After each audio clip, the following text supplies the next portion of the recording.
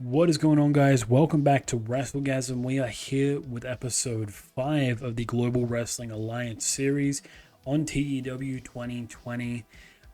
We're at the 5th episode, so by now I shouldn't have to explain what this series is, but just in case you haven't watched the first 4 episodes, we're basically starting a new company that is not a local to global. We already started on a rather large size, so we're kind of trying to rival WWF and WCW. That's the goal. It's going to take us a while, but that is the goal. Anyways, we are here with episode 5. It's actually the 4th episode of our TV show, GWA Showcase. As you can see here, you got some of the results from the last episode. And I think I've booked a pretty good show today. Before we jump into the episode, couple of notes to go over.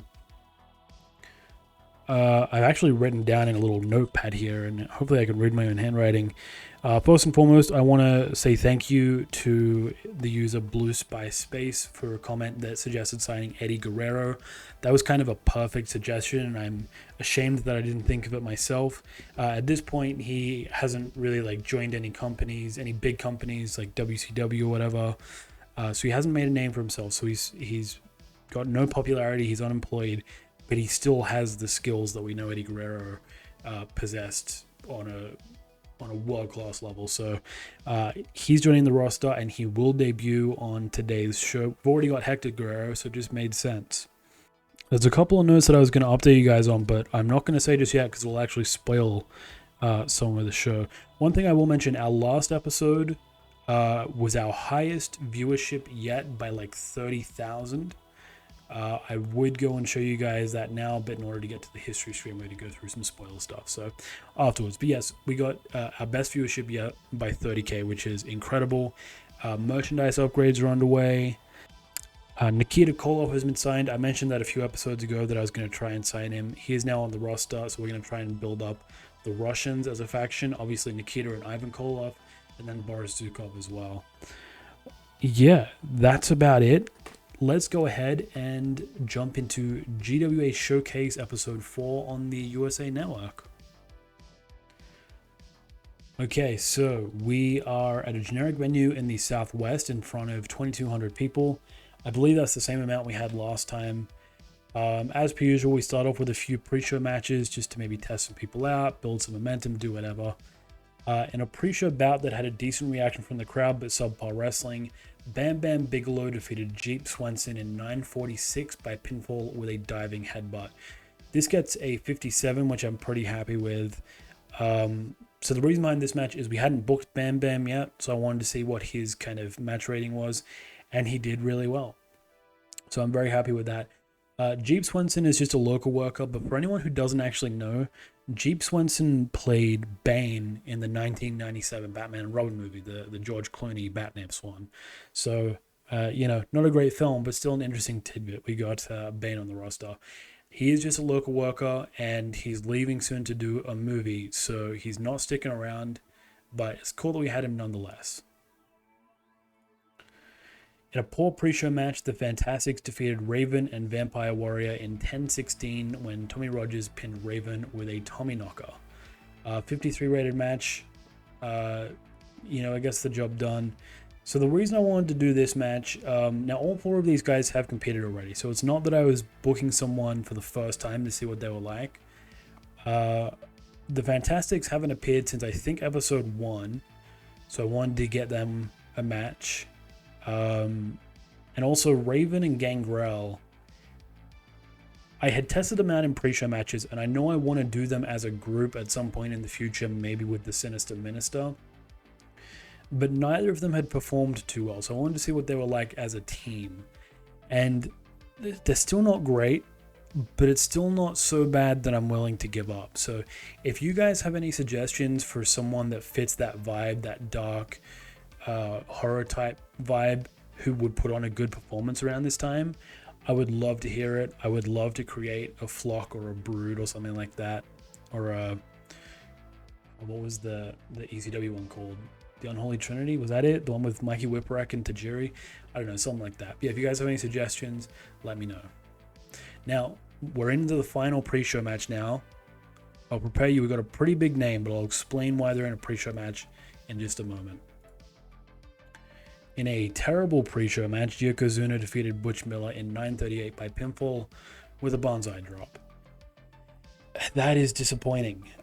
So listen, so the reason both of these guys were booked, first of all, Butch Miller, or of course Bushwhacker Butch, Bushwhacker Luke is always busy whenever we're on a show. He's always working elsewhere. So I thought I might as well put Butch in a match to test him out, but also because he's going to think he's being neglected if he's not on the shows, right? So I thought, let's give him a match. Yokozuna, you're probably wondering why Yokozuna wasn't debuted in a big way, like why he was just thrown into a pre-show match. At this time, this was before he went to the WWF, so this was before he had a big name. So I'm okay with putting him in a pre-show to test him as opposed to just sending him in a big way, because it's not like, what's a good analogy? I don't know, but basically he doesn't have a whole lot of popularity at the moment. That's what I'm getting at. But a 36 is really underwhelming. I was having a look at some of his previous matches in this game for other companies, and he was getting some performances in the 50s, so I don't know why he's doing so. You know what, let's have a look here. Penalized for stamina. So the only penalties are with Butch. I don't know. We'll trial him a few more times and then see what's happening, but yeah, a bit disappointing. Either way, let's jump into the televised portion of the show. The show opens with an announcement from Chris Cruz. He's like our interviewer guy for anyone who hasn't seen. He says that he has received word from the GWA board of directors that this will be the final episode of Showcase before our first big super show.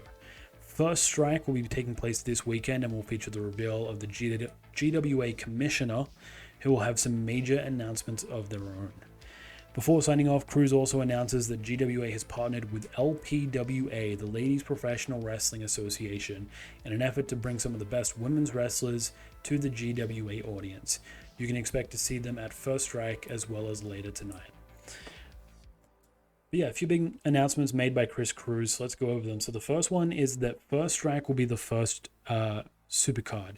Now, we've discussed in the past that supercards were originally going to be like maybe once every 2 months, but we're not doing the best financially. We are losing money. Admittedly, we're losing money at a very slow rate, so we can keep going for a long time, but we're still losing money nonetheless. So we want to try and gain some, and that's why we're pushing for once a month supercards. Supercards are basically just pay-per-views.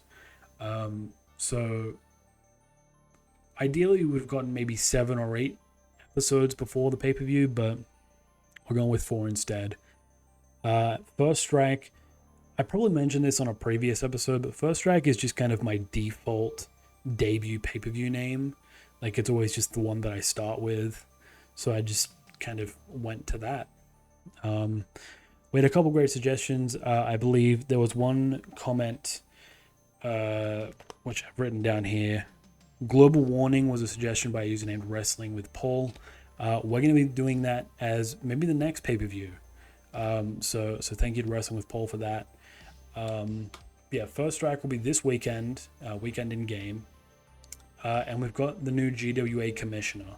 I wanted an authority figure, someone who can interact with the wrestlers if need be, put on good segments, and you guys will find out who that commissioner is in the next episode. And I'm pretty happy with who it is, to be honest with you. I will say it's not who I originally intended, but it's a good one nonetheless. The final announcement is that we have aligned with the LPWA, Ladies Professional Wrestling Association. I discussed in another episode that I didn't want to do a women's division straight off the bat because women's wrestlers in this database and in a lot of TEW databases are just severely underrated and put on poor performances, which is just not accurate. But I would rather start a women's division early and try and build them up as opposed to waiting till later on and hoping that they get better on their own. So we're starting that with the LPWA. And it does say that we'll see some of the women tonight. Truth be told, we'll only see one women's wrestler tonight, basically making their appearance. There'll be no matches on this card for the women because I specifically want to have the first women's match on the pay-per-view so that we can make it more of like a special attraction thing, more of an event. Yeah, we'll find out who that person is a little bit later on. Lou Albano searches the backstage area for Vader until he finds him alone in a locker room. None of the other wrestlers were brave enough to share a locker room with Vader. Albano says he would love to become Vader's new manager. Together they could take each other to extreme heights. Vader isn't interested in a manager, saying that they'd just get in his way. Albano promises he's not like other managers and will help him succeed, to which Vader says that if Albano can arrange a match for him tonight, he will consider it. Albano says, no problem, I'll get that done for you, and he goes to get the job done. So Vader just wants to fight. Vader just wants to have a match. And if Albano can provide that, Vader is happy. So Albano is on the job. In a bout that had decent wrestling but didn't have much heat, the Samoan SWAT team defeated Doug Furnas and Phil LaFon in 9 minutes 11 seconds, when Fatu defeated Doug Furnas with a double diving headbutt. Fatu was the weak link, struggling to keep up with everyone else's in-ring performance. That is unfortunate. 61, it's the debut for Furnas and LaFon. Yeah, just a regular tag match. I should also note something I forgot to say before. In the last episode, we boosted the show from an hour to an hour and a half to try and get more people on the show. But then I struggled because there was too much time and not enough story to put in. So we said that maybe that'll just be a special 1.5 hour episode, then we go back to an hour. But no, we're sticking to an hour and a half. And I'm just throwing in more storylines. There's twice as many storylines now. And we'll see what some of the new ones are in a bit. The Vader storyline is one of the new ones, even though it's kind of a spin-off of the Buddy Landel one. But yeah, this is just a regular match, which is one of the benefits of the hour and a half runtime, is we can put more people on the card. So overall, pretty happy with that. Wish Fatu did a little bit better because he's the one that I want to use the most out of this team, out of this whole match rather. But yeah, moving on. Buddy Landel cuts a backstage promo. It's clear that his confidence has waned in previous weeks after being rejected by Lou Albano and losing repeatedly. Buddy says he's sick of throwing out these open challenges and having them answered by people from outside the company like Vader and Jushin Liger. He's throwing out another one tonight and demands that a GWA star answers it. Buddy claims that he is the best on the GWA roster and his redemption starts now. Another open challenge. You would think that he would learn from his previous mistakes, but apparently not. It does say it advances the Albano storyline. That's just because I put Albano and Vader off screen because they were mentioned in this promo. It actually has nothing to do with that storyline. Moving on, we've got a bit of a long segment here. So Tully Blanchard, Paul Ellering, and the New Breed, they're in the ring, and they're about to conduct this initiation ceremony because Tully and Ellering's team is about to double. We have Tully Blanchard Enterprises, which of course was a real stable in the last couple of years in AEW, in the last year, I guess. And they're about to initiate Sean Royal and Chris Champion into the team, into TBE. Bob Backlund makes his way out to the ring, and lets it be known that he is frustrated with the group's underhanded tactics. First, Tully got the win over Backlund using an interference from Ellering, and then Chris Champion used the ropes for leverage to get the pin in last week's trios match. Bob says he's always prided himself on being one of the best professional wrestlers in the world, and it sickens him to see someone like Tully call himself the ultimate wrestler when he's done nothing to earn it. Tully says that he will back up his claim by challenging Backlund to a match at First Strike, and to make it fair to Bob, he will ban Tully Blanchard Enterprises from ringside, but in exchange, Backlund must leave GWA if he loses, so that they don't have to deal with Bob's constant crying when he can't get a win. Backlund accepts the match. 67, I'm very happy with that. Now, I'll be honest with you guys, because I had to push the first pay-per-view up to this weekend so we could make some money, I kind of had to rush this storyline a little bit. There would have been a bit more build up to Tully and Backlund, but no, instead they're just kind of like, okay, challenge set. So I was a little bit disappointed by that, but you got to take the punches, you know. We got to roll with it. So Blanchard vs. Backlund is made official for First Strike. In a good match, Vader defeated Tony Atlas in 11:05 by pinfall with a Vader bomb. That gets a 64, which is really good. Vader with an 82, that is awesome. So I guess my headcanon, because I didn't want to make a whole nother segment for this, because this just would have been a tiny little bit of information. Lou Albano could only find an opponent, or I guess Albano would have gone to the board of directors or even the new commissioner and been like, let's get an opponent for Vader, but still only someone of a similar stature to Vader, of a larger guy, would have accepted it. And Tony Atlas is a pretty big dude. So he said yes, and it didn't work out. Vader got the win over Tony Atlas in 11 minutes. So maybe the Albano Vader connection will work out. Jushin Thunder Liger cuts a backstage promo. I imagine it's in Japanese and there's just like subtitles. I don't know. But he basically says that he's making GWA his home away from home. Of course, he debuted last week in the Open Challenge against Buddy Landel, so he wants to stick around more often now. He asked the new GWA commissioner, whoever that may be, to find him an opponent for First Strike because Liger plans on building a legacy here, and it all starts this weekend. So this was nothing special. This wasn't a major angle or anything like that. It was just Jushin Liger wants a match. I want to excite people for First Strike. So Jushin Liger will be there. He will have an opponent. We just don't know who that is yet. And to be honest, I don't know who that is yet. If you guys have someone on the roster that you want him to face, let me know. Buddy Landel is in the ring ready to find out who's accepting his open challenge.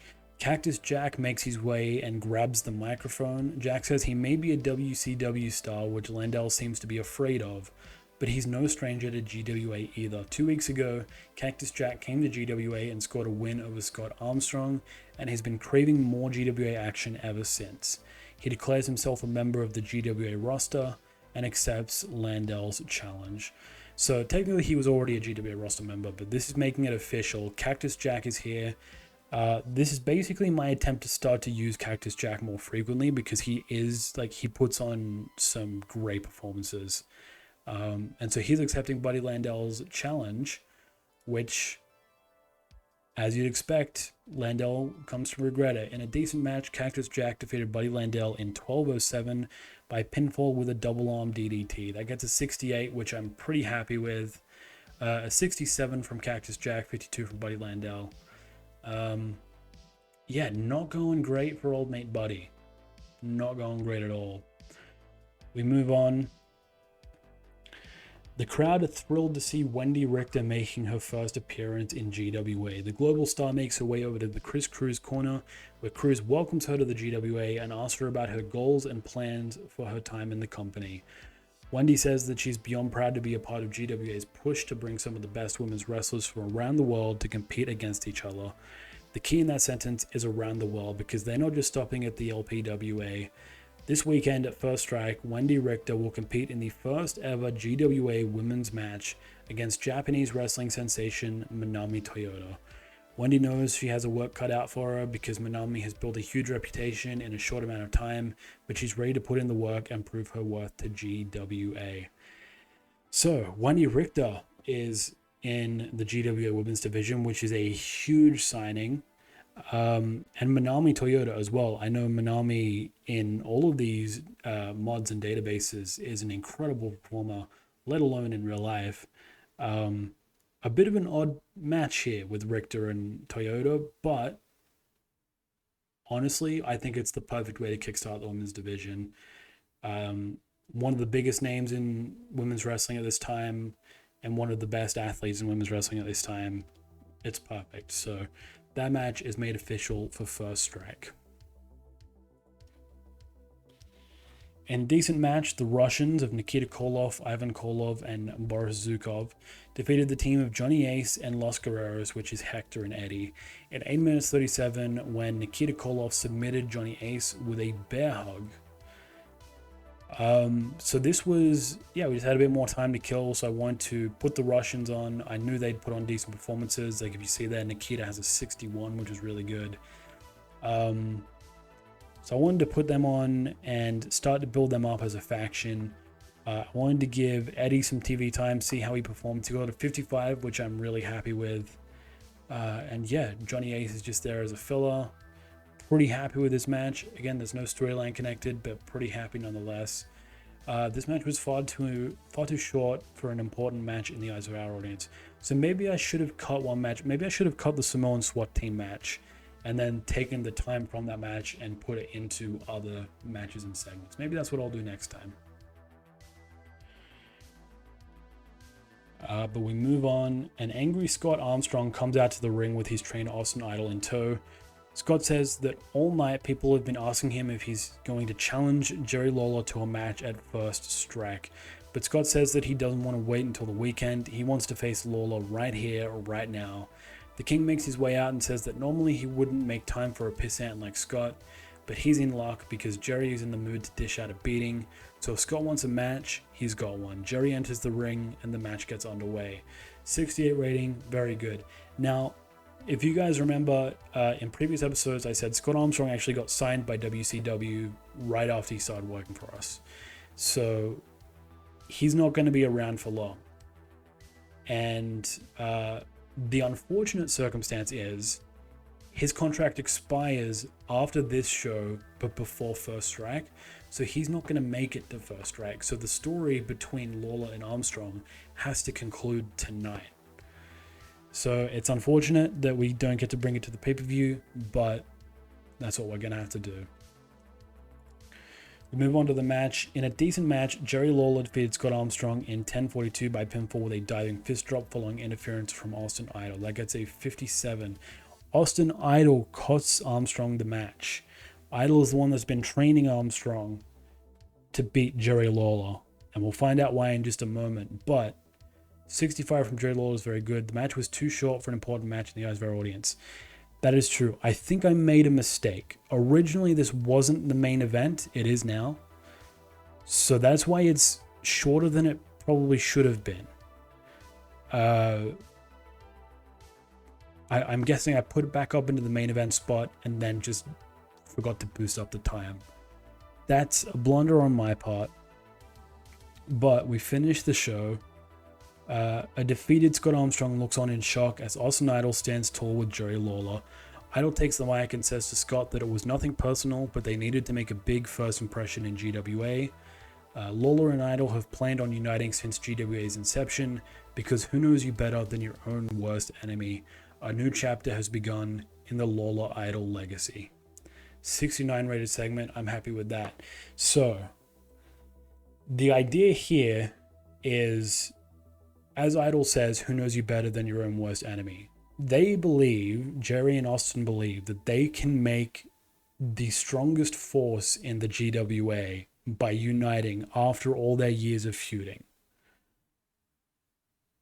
And they may have a very good point. And I will say, this has been my plan from the beginning.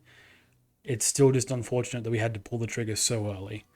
But we got the job done. But now it's time to finish the show. I think you know what, let me go back here. 61, 59, 55. I don't think we're going to do that good because of my blunder in the booking. But 61 is the number to beat. So let's finish the show. 65. Whoa, okay. We smashed that. All right, I'll take that. The segments must have had a greater impact than I thought they would. We increased our pop in 11 regions. We would have gained pop in 7 Canadian regions, but growth was restricted due to the limited number of viewers there. That is fine. But at 65, that is a lot better than I expected. Yeah, great stuff. I'm actually very happy with that. So let's head back to the main screen now. If we have a look, Feedback from viewers has been great. It has drawn a lot of praise. Well, you love to see it. So if we go... So Cactus Jack and Buddy Landell was our best match to date. So that's pretty good. Emails. Dynamite Kid fully fit. He is back from his injury. You love to see it. Scott Armstrong is fatigued. Doesn't matter. He's leaving. Hector Guerrero is fatigued. Okay. Well, there you go. I will show you guys real quick who is on our women's division roster. It's only a small roster for the moment. We do plan to expand on it, but we're just going to kind of get these guys rolling, see what their performances are, and then we'll increase it a bit. Okay, so we got Judy Martin and I hope I'm pronouncing this right, but Leilani Kai. I'll do my research before I book them and make sure I get the name right. But they are the Glamour Girls. They are a tag team. We've got Manami Toyota, who will be challenging Wendy Richter. Rockin' Robin, who is currently injured. I think she's only out for like 48 days, I believe. We've got Susan Sexton. We've got Tina Moretti, who, of course, is Ivory. And then, of course, we've got Wendy Richter. So, there you go. That's our roster. It's all LPWA with the exception of Manami. But very happy with that as like a foundation, as a base. So if we have a look here, we've got a couple of broadcast deals for First Strike. So we're going in Kogeko in Canada and Viewer's Choice in the US. So we've got big across US, small across Canada. Small's fine, as long as we have something. But they're both cable pay-per-views, so hopefully we'll get quite a bit of cash. That's all we're hoping for, really, because we are, as you can see, in our first month, we've lost 1.3k, which is only a tiny amount, but it's still losing money. So hopefully we can do better. Yeah, I think that about does it. I don't think there's anything else to go over. But yeah, so what I ask of you guys, the same thing as usual. If you have any signing suggestions, any booking suggestions, anything, let me know. But more importantly, if you have any ideas or suggestions for people I can sign in relation to this Raven, Gangrel, Sinister Minister situation, someone who can put on good performances and fit into that mold, please do let me know. I really want to try and make that work, but I want to get them into a good enough position before we pull the trigger on it. But yeah, with that said, thank you guys very much for joining me today. I really do appreciate it. Very excited for the next show. It'll be our first pay-per-view. And don't forget, Tully vs. Backlund, Richter vs. Toyota, Lag will be in action, and much, much more. So thank you guys for joining me. I do appreciate it. And I will see you guys next time.